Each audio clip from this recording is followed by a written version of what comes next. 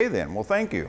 Thanks for inviting me here today to talk about the park. It's really hard to get me to talk about Hot Springs National Park. I know I'm really mute about the place, but anyway, this is a topic I don't often get to talk about because we're not considered a civil rights site.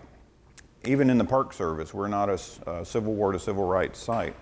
I think we ought to be, but we're not. Anyway, so what I wanted to do today is talk about park history, but in the African-American experience, that context, and talk about what it was like, or what it must have been like. I'm not going to say what it was like, but I have heard it said that Hot Springs was an unusual place. It wasn't as racist as the rest of the South. And I'm like, well, tell that to the two people that were lynched in the city part. Tell that to the people who had to work in a bathhouse they couldn't take a bath in. This picture that I have up here as the backdrop for the title page really kind of sums up the whole thing. We're going to see this picture again without the writing on it, I promise. But it basically is an African-American bath attendant in the bathhouse that is government certified. You can't really see her badge because the letters are over it right now, but we'll look at it up close in a minute. But she can't bathe in the bathhouse that she's working in. She's working with a white lady and taking care of her, keeping her alive depending upon what her medical condition was. But she has to go somewhere else in town to use the very same water pumped from the park down to her part of town, to get the same rights.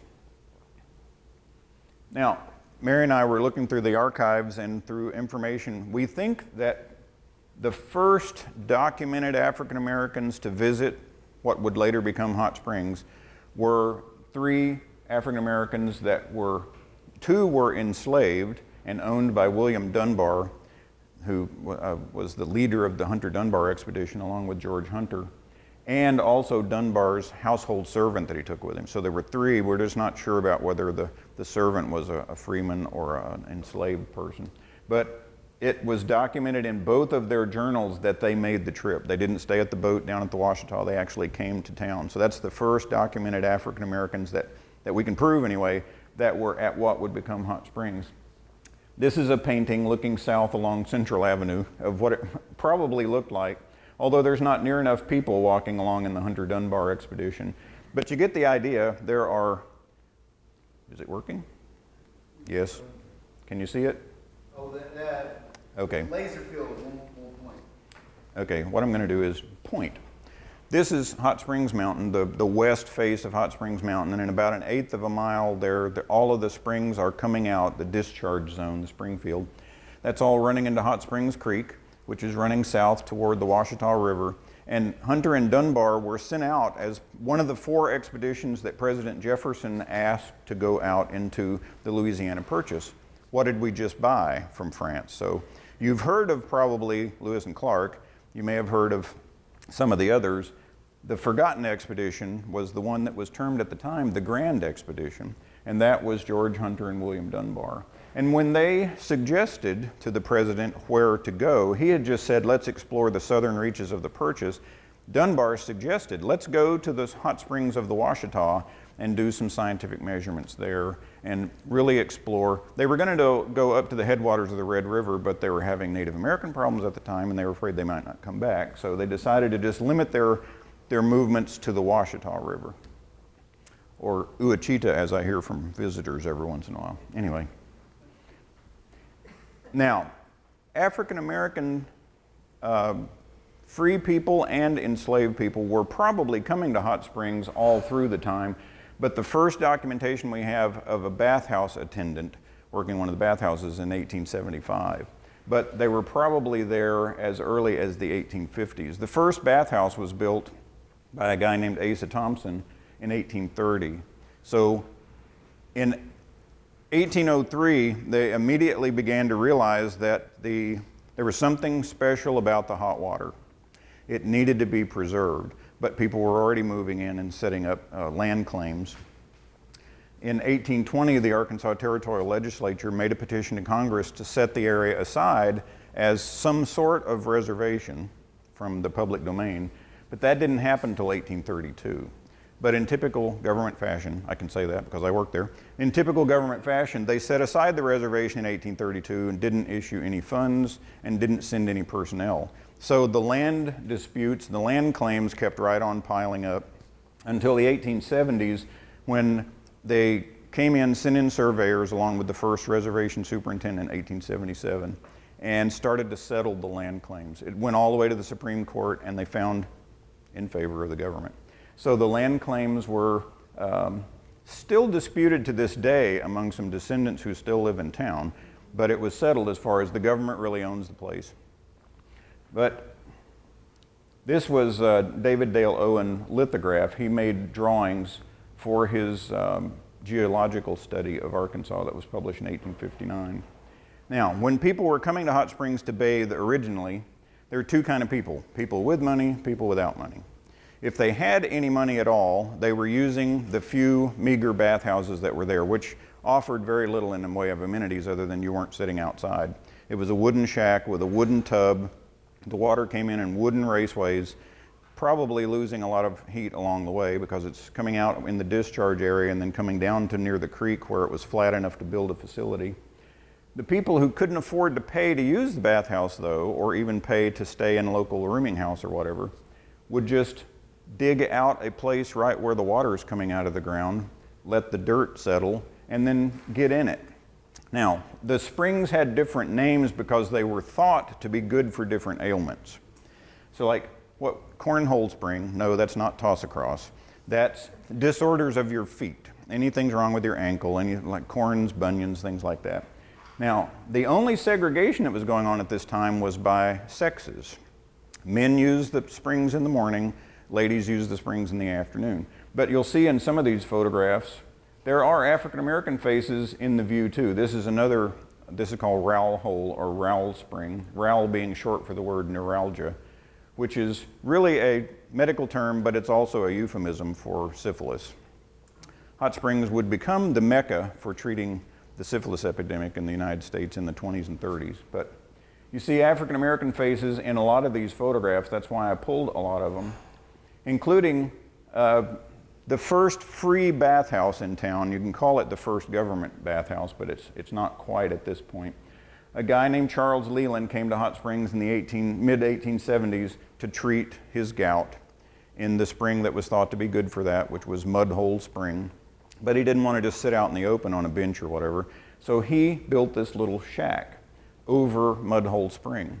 And then when he felt better and went home, he left the house with the intention that other people who couldn't afford to use bathhouses could use the free one, which now Mudhole Spring, after a couple of years later when the first reservation superintendent allowed the local marshal to open a government-owned bathhouse, it would be in this spot. They made a bigger shack, but still it was over Mudhole Spring. And you'll notice African American faces in that picture and in this one. Now, you see Hot Springs Mountain, the hillside back in the back, that's where the water is coming out. Most of the bathhouses were built along Hot Springs Creek, either on the west side of the creek or just on the east side, and they all had bridges across the creek for a couple of reasons. You didn't have to cross the creek on rocks to get there, you kept your feet dry.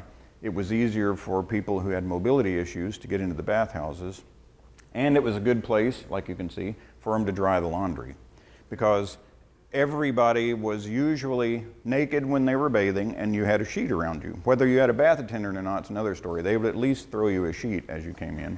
And then when you were finished, they would wash it and then hang it out someplace out front to dry. This was very hot, humid places. Even in the wintertime, the bathhouses would get really hot. But there are African American bathers there.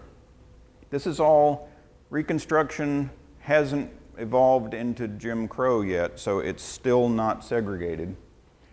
But when the first superintendent, a retired Union officer named Benjamin Franklin Kelly, when he first got to city, he saw all these indigent people living on the hillside, literally muddying up the waters for the bathhouses that were trying to make a living down along the creek. And he ordered all of those shanties and shacks and all that lumber removed from the hillside and asked that the indigents move around to the south side where the Army-Navy Hospital would be built later. Move around there, get out of the Springfield, so where the business could go on of giving baths, But he did build a hospital around there for them to bathe in. So they were still using the water. It was just piped over to where they were allowed to be. And it was called Kellytown Hospital. But anyway, that immediately enraged all the people that were there because they were trying to, get better from something. They were there for medical treatment. They didn't want to be put off. So they held an indignation meeting and took this photograph, scared Kelly to death. He called for troops from the garrison in Little Rock to come over and try to quell the villagers and their pitchforks. This, you see in this picture, though, there are African-American faces. Not very many women unless they're well disguised, but there are even a few children in the image, too. So eventually everything calmed back down. The Kellytown Hospital became acceptable. Rowell City and the city of Siloam and all those indigent villages on the hillside were removed, and the bathhouses were allowed to go on with their business. There were other ways for African Americans to work in town other than just to come there to bathe, too. This is a man that's delivering thermal water to a place that's, and rather than at the bathhouse, he's taking water someplace else in town. He's got a little business to take. Now, why I've used this picture, though, is not just to show him, but back in the background, that is the revised government-free bathhouse sitting up. That's Mud Hole Spring, up on the slope above where Magnesia is. All of this slope is now gone. Where that hillside that says Magnesia Spring and where the bathhouse is and everything, today the Quapaw Bathhouse sits there. It occupies Horseshoe and Magnesia Springs, which used to be under two separate wooden buildings. Now, in 1881, there was a guy that built a bathhouse, the Independent, that's the building on the left. That's the Palace Bathhouse still being built on the right there. But from January of 1881 to November of 1881, it accepted African American customers.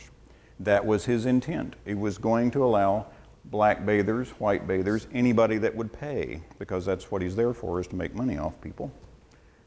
And the other bathhouse owners who had black staff but weren't allowing African American customers said, no, you can't do that. They began to socially pressure him, let's call it, until he finally, by the end of the very first year of operation, gave up and said, okay, fine. He could still employ African Americans like they did, but they couldn't bathe there. Okay, here is a little bit larger government-free bathhouse back in the background back there. This is the finished Palace Bathhouse. You can see that they've already started to remove the tufa embankment. Tufa is a calcium carbonate deposit that is made by where the hot water runs across the ground. So this west-facing slope of Hot Springs Mountain used to be a giant encrustment of tufa, which is like travertine, only it's got dirt in it, so it looks usually a dark color. To make the street wider and to make space to build buildings, they were constantly blasting and removing that tufa because it was really pretty thick, because it's done it for hundreds of thousands of years, so they could move the face of the mountain back. Same time on this side of the street, on the business side of the street, they were cutting back into the west mountain slope, making more and more of a cliff face to make the central valley wider to allow bigger businesses and more businesses. This is Central Avenue, or as it was called then, Valley Street. And you can tell this is just after 1887 because the Army and Navy General Hospital is open up here on the hillside.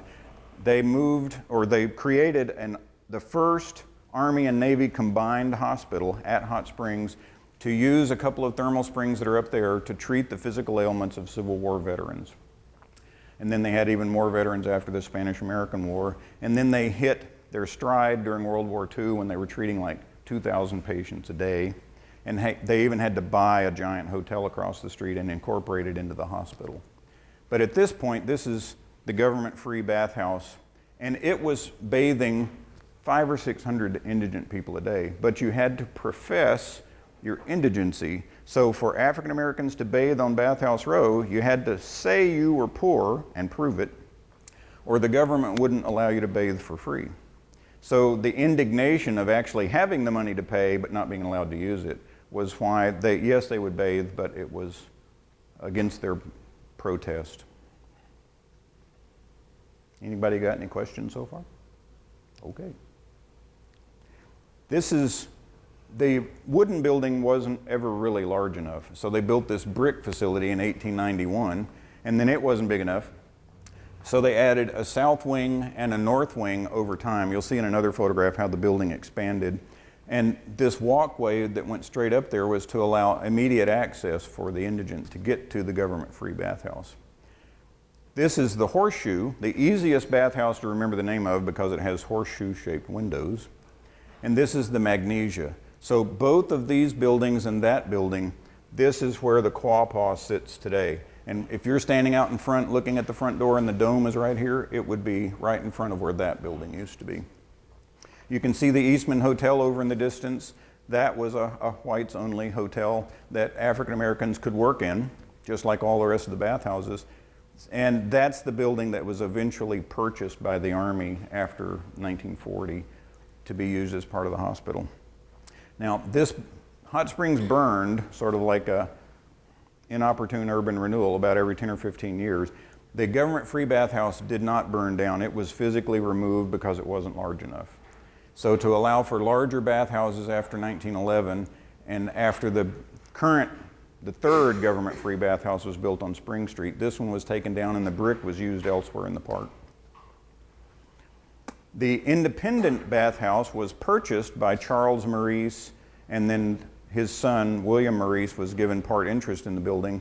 And from 1892 to 1911, it operated where the Independent used to be. So this is the formal entrance to the park. You can see the Second Arlington Hotel up the street. These drinking fountains out in front, those were the Excedra fountains that flanked the formal entrance. They were a place, the idea was when you come there for your medical treatment, you'd take a bath, but you were also expected to walk in the countryside, get a lot of exercise. And while you're doing that, still continued to consume the thermal water. So there were drinking fountains at the north end. I don't know if you can see that white post right there. That's actually the Hoke Smith drinking fountain. It's in the sidewalk as you're going north at the north entrance. There's another one at the south entrance that still exists today called the Noble Fountain. It's in a different spot, but it used to be out on the sidewalk. Then you had these two drinking fountains. A drinking fountain that's on up that way in the Stevens Balustrade, there's a shell fountain there where hot water is coming out. Even up on top of Hot Springs Mountain, when they built the little one-level pagoda, it had a drinking fountain in it. That's why it was put there. After 1911, the Department of the Interior said, you know what?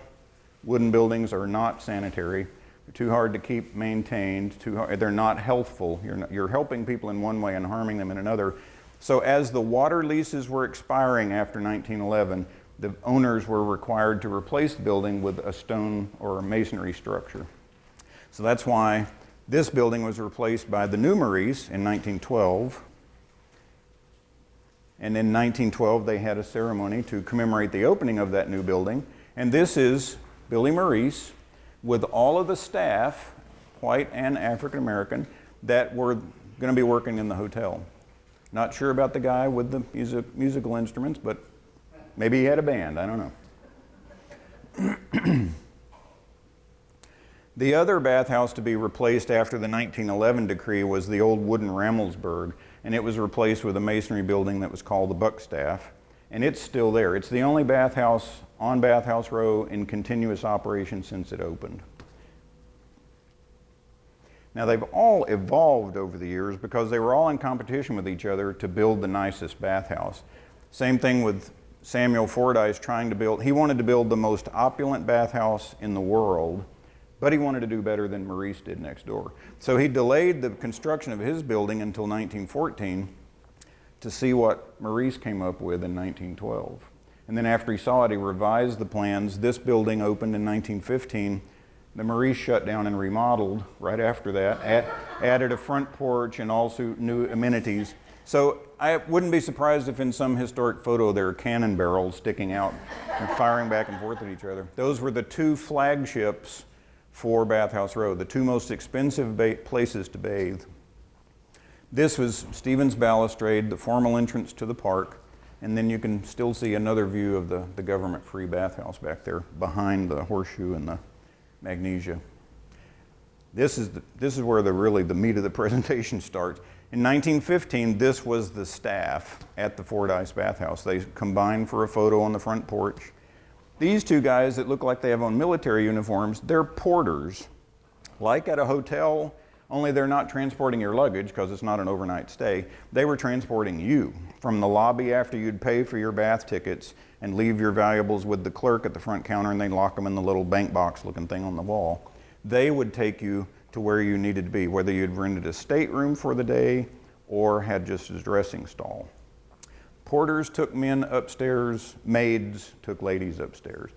They used the word maid like ladies' maid, not because they were maids that cleaned the building. The whole staff was responsible for cleaning constantly. Here are two African-American bath attendants, this guy and that guy over there. He is drying this guy off. We're in the men's bath hall in the Fordyce. This is the DeSoto fountain. Overhead, you can just see the corner of the Neptune's Daughter window that's up over the skylight. Everything you did in the bathing regimen was not controlled by, but assisted by the bathing attendant. Different jobs in the house. The bath attendant picked you up at your dressing stall, gave you your sheet to wrap up in because you're in your birthday suit, and would take you to the bath hall. And there was an elevator in the building that had doors on both ends, and the operator would open the doors toward the ladies' side if he was delivering women, and he opened the doors. That way nobody saw. It wasn't co-ed bathing like in the Quapaw now. But anyway, while you were in the bath, you had a prescription that you would give to this person, and they would time and check the temperature of the water. So like if the prescription called for 3 weeks of bathing, and then there were a certain amount of temperature and time for each day, they were making sure the bath attendant had a clock and a thermometer. The thermometer had a long curved arm on it so it could hang over in the water. And they would watch the thermometer while they adjusted the temperature on the taps and then timed you while you're in the water. And the tub was, you were supposed to be completely immersed right up to your chin. So they would also bring in whatever needed, like if you were shorter than the length of your tub. There was a wooden board they could put at your feet and a metal thing they'd put at your back to where you didn't slide under, because people get pretty relaxed, or they had no muscle movement anyway and they couldn't hold themselves up. So the bath attendant was responsible for you, for your safety, for accommodating for whatever kind of medical problems you had, and regulating the bath. One of the bath attendants, this is a female bath attendant, Myrtle Cheatham in the Fordyce, and you can see, I don't know who it is, but there's a male bath attendant on the men's side of the building looking out the window while the picture's being made. They all wore the house uniform, and you'll see this again, but they all have a little metal badge on, and we'll see one of those up close in just a minute. Inside the Fordyce, they also had a foot doctor to take care of bunions and corns and calluses and all sorts of things that were wrong with your feet and your ankles. And he was African American too. His name was Timothy Bottoms. He was from Arkansas. He's from El Dorado, I believe. And later he would have his own medical practice in town. He didn't stay at the hospital, but it wasn't just, and they weren't considered menial anyway. I started to say it wasn't just menial tasks. The bath attendant was an important function in the bathhouse, as were the pack attendants, because it was part of your medical treatment for what they were doing. And it was important for what he was doing, because sometimes the mobility problem were your feet and your ankles. Okay, now we're back to Von Seal handing the glass of water. This is Von Seal Payton, the bath attendant in the Quapaw, and you can kind of get a better view of, she's wearing some sort of badge. Well, when you look at it, that's a close-up. Now, this is not Von Seal's badge. This is another person's badge we bought off of eBay. But anyway, this is one of the badges. After 1910, the park had not only a superintendent and the administrative staff, but they had a medical director. So they oversaw the management of the health processes in the bathhouses. While the park superintendent looked at the business operations and how they were filling the bill, the medical director was making sure that the people were trained that worked in the bathhouses, that the bathhouses were clean, that their thermometers were accurate, that their clocks worked, that the whole bathing part of it, the medical part of it, was safe. And you had to take a test. You had to know enough about first aid and hygiene and safety and other light medical processes to pass the government test. And if you did, you were licensed, and this was your badge. This is not life size. This is a blow up, but you'll see them. You can't always see it on the uniform because especially what the men wore was a really gauzy outfit. It was very thin because they were hot and sweaty all day long. So, but they'd have it with them somewhere. It might be in their pocket or in their, because the customers could ask to see it if they wanted to say, "Are you really know what you're doing?" This is Iola Bedford, a pack attendant. Now, after you got out of the bath, you might be moved into a room to where hot towels, towels soaked in thermal water, are put on the parts of you that were hurting, or if they're just trying to keep your temperature elevated to exude something, if you're trying to get rid of some sort of sickness, they might, like she's doing, now she's putting a cool towel on her head, but the hot towels are under that sheet that she's laying on, a pack table. I think there's some more views of, now this lady, Ernestine Gwen, is a bath attendant in the Lamar, and it was like going to a custom car wash. You not only got a bath and all the therapy that you needed and the pack and the cooling room and everything, but ladies could go to the beauty shop because every house had its own way to get you back looking good and get your hair dried and redone because the buildings were really hot and humid. This is Ernestine early on, and then this is Ernestine in the same bathhouse years later. These two ladies are in what's called a head-out vapor cabinet. In other words, your head's sticking out of a big box that inside is a lot of thermal water being circulated through a thing that looks like a radiator. It's really hot and steamy on the inside. And they have a towel around their neck to keep the steam from coming out around their face and burning them. And so they don't lean over and touch the metal because that's really, really hot. And she's bringing them, Ernestine's bringing them a cool cloth to keep them from overheating. Just like in the bath, at this process, you would be drinking the cooled thermal water and Ernestine would be giving it to them, right? Because they can't put their arms out. This is Sam Perry in the Lamar Bathhouse, where the Lamar is where the museum collection storage, and for my office and Mary's office and the archives and the map room, the library, they're all in this building. So we've had to preserve certain parts of the historical integrity of the building, but we're using it for an adapted reuse. But anyway, this guy has something wrong with his shoulder, so Mr. Perry is packing a hot towel against the shoulder, and then they might even be doing range of motion exercises too. You can see the pack tables in the background. You see those, if you come to the Fordyce today, we have a lot of those, and we've built some dioramas to show you kind of what's going on in some of the rooms, as we have the money to buy the really expensive mannequins. But we're trying to set up like the pack room or the cooling room to show what was going on in there.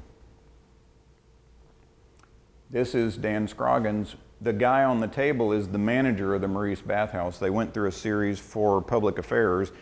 He took photos of every step of the process, you know, coming up to the clerk's counter, taking your clothes off. You know, the whole series was made for brochures, but he's really going through the routine. And Dan is exercising a knee and putting a hot towel on a knee there.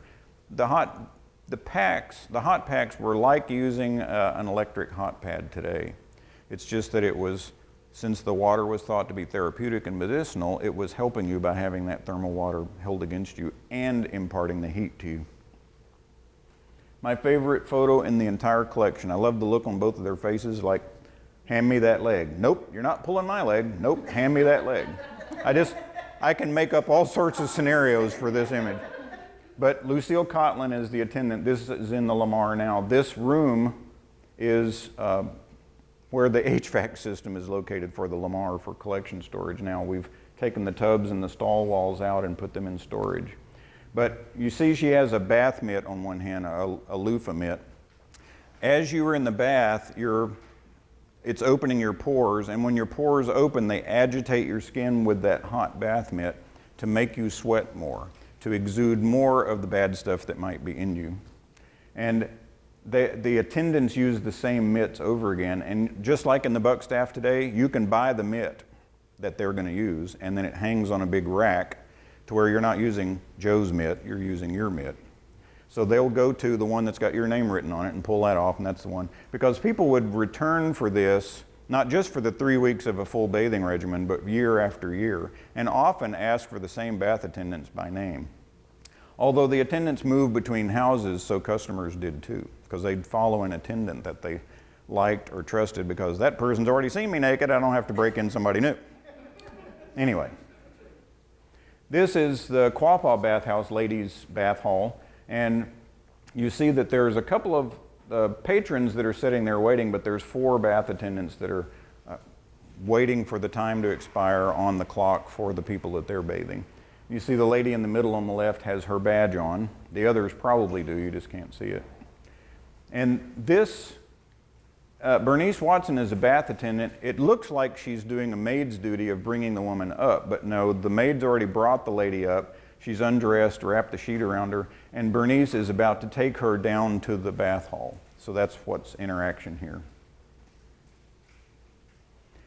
They could also do other treatments that didn't involve hot water. The thermal water was the most used thing, but they also use paraffin baths. That's what this woman is having done. She has something wrong with her hand, her wrist, or her forearm some way. So Dorothy Bonner, the attendant, is doing a paraffin bath or a hot wax bath for this lady. It's a way of infusing deep heat into muscles and joints without you having to get wet all over. And even the buckstaff, after years and years and years, desegregated its staff to where for years they had advertised as an all-white staff, and their motto was all white staff, better service, which was always protested by all the other bathhouses, especially the Fordyce. But they even integrated the staff. This is a more modern photo from the 70s of the men's bath hall and the buckstaff. There's a guy that I just met the other day that has worked in the buckstaff for 40 years as a bath attendant. Still works there. And besides working in the paying bathhouses for the bathhouse owners, the government-free bathhouse had African-American staff members and white staff members. The reason I put this picture up here is because the tall gentleman in glasses on the first row, his name is Irvin Stevenson. This picture was made in 1938 on the steps of the admin building. The guy on the right in the Park Service uniform is Frank Gaffney. He was the superintendent for the government-free bathhouse. But Mr. Stevenson was also the head of the president of the Negro Civic League and managed the People's Hospital on Malvern Avenue. So besides working at the park in the daytime, he worked at the People's Hospital. I think it was in the Knights of Pythias building on Malvern Avenue. But anyway, this page with this text typed on there was used in January 1951 by Superintendent Bowles in the monthly report to the Secretary of the Interior as, if you read the last line, it's a matter of pride to know that one of the local employees of the National Park Service has attained an important place in local affairs. So it's a big deal for the superintendent to call you out, especially with a photograph, in a good way, to the Secretary of Interior's monthly report. Now, remember I said before, if the African-American employees of the white bathhouses wanted to take a bath, they had to go someplace else, either prove their indigency and go to the government-free bathhouse. After 1904, though, they had an African-American bathhouse on Malvern Avenue, in a part of town that all of the businesses along that part of Malvern Avenue, anyway, at the time, were all African-American owned or operated, or both, and definitely the customers were mostly African-American. And this is right along in the 400 block of Malvern Avenue. This is, you'll see it better in another picture later, but this is about where the parking garage for Hotel Hot Springs is located right now. But it was built in 1904 and operated for about 4 years, but it began to run on to financial problems, so it was taken over in 1908 by the Knights of Pythias. And that's why it says Crystal up on the top, but then has the hand-lettered sign, Knights of Pythias Hotel and Sanatorium. It operated that way for 5 years and then burned down in the Great Fire of 1913. 60 blocks of hot springs burned down that year.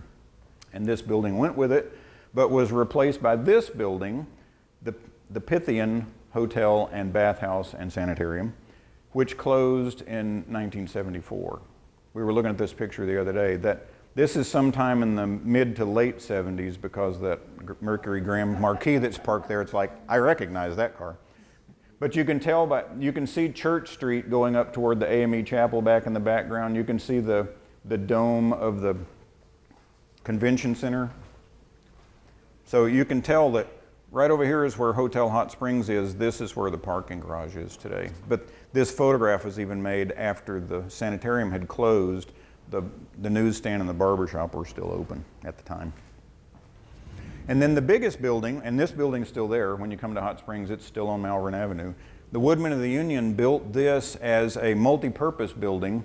It was a hotel, it was a hospital, it was an auditorium, it was a lots of different things. It even had a bathhouse in it from 1922 to 1935, and then it was closed for several years, was remodeled and purchased by the National Baptist Association, and from 48 to 81 it was operated as the National Baptist Hotel.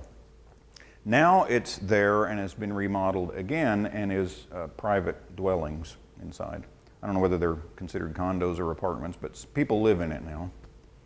This is a picture of Black Broadway, or the business district on Malvern Avenue. This is the Pythian at the site of the former Crystal, and that's the Woodmen of the Union, the National Baptist Hotel. Most all of everything else except for that building is gone now because it either burned down or was torn down after they went out of business. I remember a couple of them were burned down in the 1960s during some rioting that went on, the race riots in Hot Springs that happened in the 60s. I remember.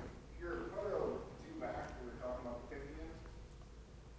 How close was that to where the Anheuser-Busch Beer Depot was? Is that down the block a little bit? To the what? Anheuser-Busch had a beer depot that sat, I think, maybe a block up. I remember seeing that in a picture, but I don't remember what the street address was. Right where this picture is made, looking across the street, is about where the gas company used to be, where Arkla Gas used to be, which is moved out on the highway now. But along in there was Continental Trailways bus station, the gas company, and then there was a furniture store that's now a Habitat for Humanity Restore store. But this is on, you recognize? Got it? When you said the Habitat for Humanity Restore, I just pictured Right. What I can't remember is, what was the name of that furniture store? Was it Teague Furniture, or was it? It was Gary Thorson's after a while, but I don't remember what it was when it was built. It was Gary Thorson since the 80s.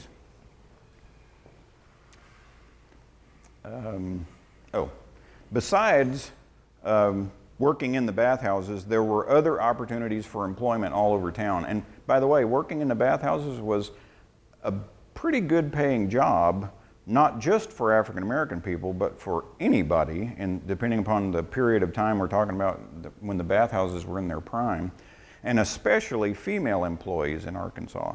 African American women could make more money than the average white woman by working as a bath attendant in the bathhouses. But there were other jobs in the park too. This poor guy is having to jackhammer tufa to break it up. This is during the construction in the 1930s of the Grand Promenade, the walkway that goes along behind Bathhouse Row. You can see the top level of the formal entrance back there with the lights and the stairs. That's going up to the Marine Bandstand. That concrete thing in the background back there, that's the cooling towers for the bathhouses that are down below. They make their own cold water. So the hot and cold tap, it's thermal water coming out of both. Hot water straight from the hot reservoir, cooled off thermal water coming from the cold reservoir. So it's illegal by federal law to mix fluoridated city water with thermal water in the bathing regimen. So you make your own. Now, it used to be that every bathhouse made their own cold water. Now we have a thing called the cold water station. It's a gigantic radiator that sits on Arlington Lawn and cools off some of the hot water, pumps it up on the mountain, holds it there as a cold tank, which it's not cold, it's only about 90 degrees instead of 143 like it comes out of the ground. But this guy is jackhammering tufa, which he was probably still vibrating at dark every night. That's pretty tough stuff. And these people were removing the tufa embankment.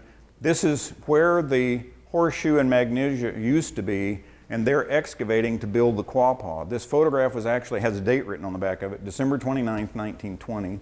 There's one African American employee working in the pit, but then you can see one of the African American employees at the government-free bathhouse back in the background, and the manager of the building in the window, wondering what they're taking a picture of. We haven't quite figured out. I think this arrow is pointing to this guy as the manager, the prospective manager of the building. But the caption on the back of the picture talks about the Indian hot cave that is obvious in the picture here. Well, I don't know how obvious it is to you, but you can kind of make it seem, what they were trying to do was the bathhouse management was trying to make it enticing for customers by tying it to deep history and Indians. And so they were saying, well, this was the Indian hot cave. Well, fine, except the Indian hot cave that they supposedly dug up relics. The relics were Zuni fetish dolls that were purchased from an artist in New Mexico. We have the bill of sale, or had the bill of sale. Anyway, they were trying to make these connections to make coming to their house more attractive. Like when they were building the Quapaw Bathhouse, originally its name was the Platt Bathing Company, and this is going to be the Platt House.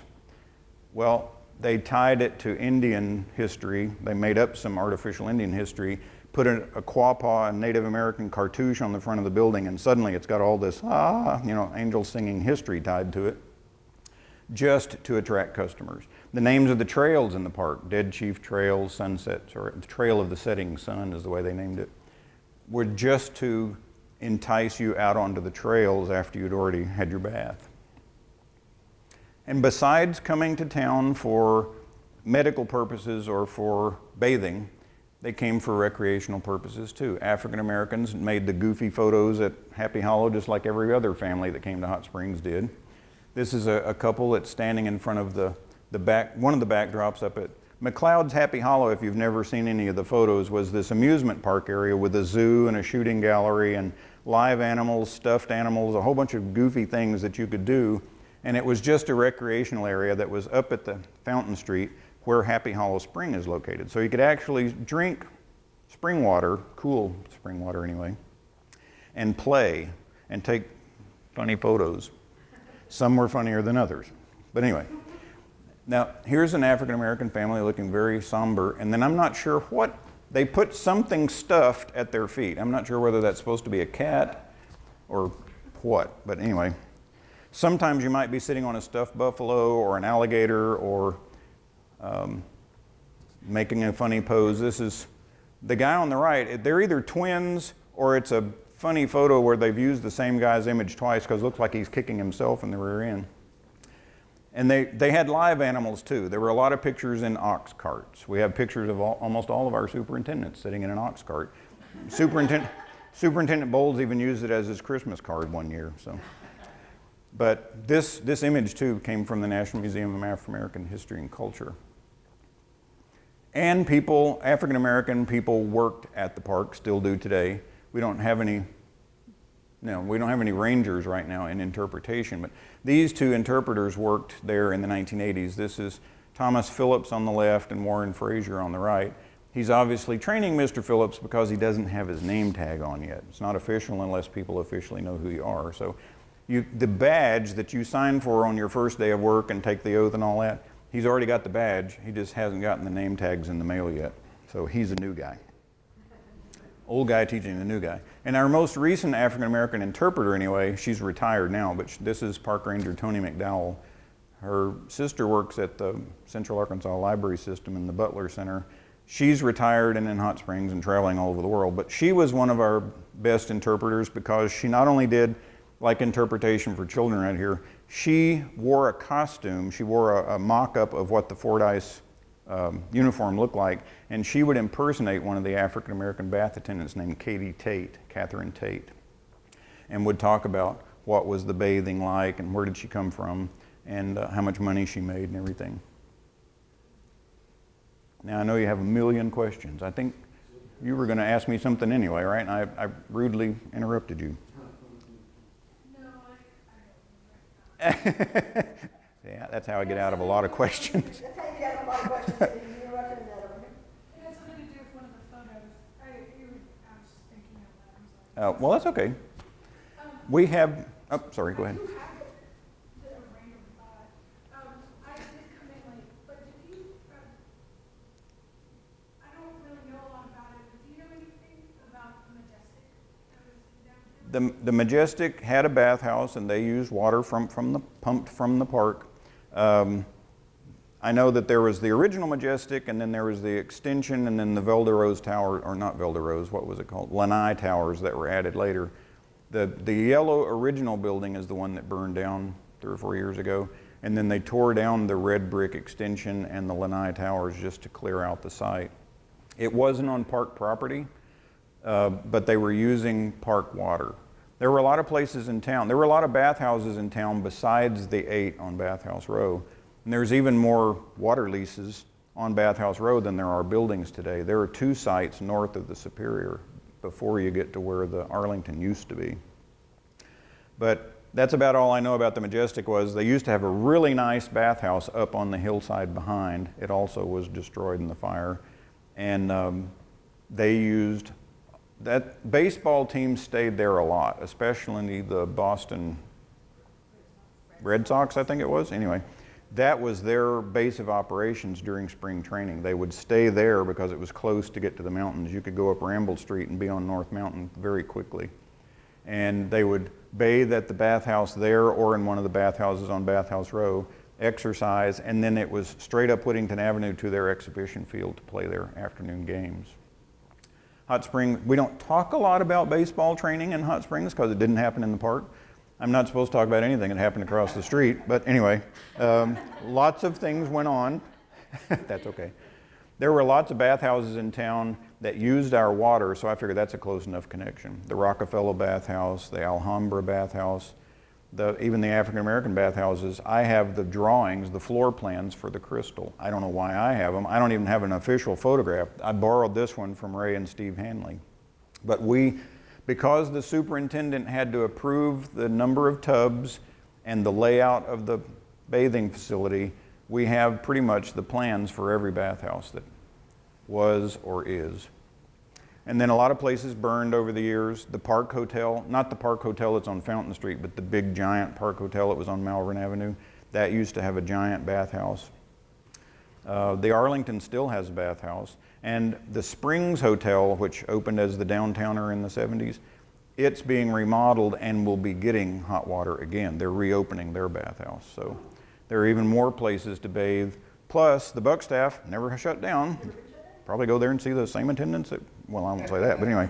The Quapaw is back open now. It closed, reopened as Health Services Incorporated, and then closed again in the 1980s. But now it's back open, and there are people lined up out the front door usually for those 2 bathhouses. I will say all of the bathhouses have something in them now except the Maurice and the Libby, the government bathhouse up on Spring Street. The Libby needs to be, the restoration needs to be finished. The Maurice, we have just let out a request for proposals. So if anyone has an idea of making it into a museum, a restaurant, a bathhouse, whatever, we're open to that. The government is looking for adaptive uses, adaptive uses of all the buildings. There'll still be government property, but the new leasee or concessioner will help us maintain them and pay for it. Like the best repurposing of a bathhouse is the Superior Craft Brewery. They have I think she had like a 99-year lease or something. So Rose won't last that long, but her descendants will. And over that amount of time, what she makes goes into a maintenance fund to maintain the building, upgrade the building, make it safe, take care of it, repaint it, put new awnings on the front, whatever needs to be done. So it's still our facility. We still have to do Section 106 compliance as she's doing all that, but she's paying for it. So we're helping taxpayers. They worked in the park. They did projects in the park, like out at the campground in Gulf of Gorge, but I don't know of any that actually worked in any of the bathhouses because they were sort of temporary help. But they did come to town from out at Lake Catherine, and they were in town all day long. And then one of our volunteers talks about seeing them on the way back out to their holding facility in the evenings. They would stop for ice cream because all the German prisoners would deploy off the trucks and have ice cream and then get back on and continue on out to Lake Catherine. One truckload died when they rolled over Mm-hmm. one of the dams. Going out toward Carpenter Dam. Mm-hmm. Yeah, let's see, was Hamilton being built? Hamilton might have been there. Ouachita came along later. That was in the late 40s, early 50s. Right. And then it filled up for the next 5 years or something. And there is I don't say this because my archaeologists would freak out, but we have 3 cemeteries in the park, one of which is active, one of which was African-American burial ground. And that was burials from a village that was out where Lake Ouachita is now, on Cedar Glades Road. So it's Cedar Mountain Cemetery, but it was burials of people, African-Americans that lived in Cedar Glades.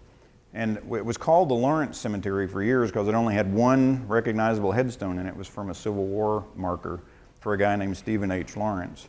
But come to find out, when they found another burial in there and identified that person and then looked up her obituary in the newspaper for her funeral, the name of the cemetery was called Cedar Mountain Cemetery. So we found out something new, and that's been since 2011. So, question? Okay. Yeah, I feel sorry for visitors who come in and say, why is this a national park? Because it's just a whistle stop for them. You know, like, I gotta be in Little Rock in 30 minutes. What can I see here in 10 minutes of walking around? Or if I can't get out of the car, what can I see? There's so much to Hot Springs besides Bathhouse Row, is first of all. I had an archaeologist tell me from the Arkansas Archaeological Survey, forget the hot water. The reason Hot Springs ought to be a national park is for the archaeology on the ground, because of the novaculite outcrops that happen all over the summits. And the park is important to the national park concept too. In 1832, when we were set aside as a reservation, that was the first year that the words Nations Park were used in a publication. An artist named George Catlin, who was ruminating about, he'd been spending time out in the West painting Indian tribes, and he saw the demise of the flora and fauna of the West coming because of the onslaught of white civilization. He suggested that we needed to set aside a nation's park for all the animals and the people and the plants that live in that area to be preserved. So that was the same year that he was proposing that idea that Hot Springs was being set aside, but the government didn't know what to call us. It's like, it's a land reservation. So we were important to the idea of national parks. And we came along 40 years before Yellowstone, although they hate for you to point that out when you go to Yellowstone. We weren't made a national park until 1921. We were the 19th national park. So, of all the national parks, there's 61 national parks now. We used to be the smallest, but now Gateway Arch is the smallest because they were renamed last year. Okay, well, thanks for having me here today. I appreciate it.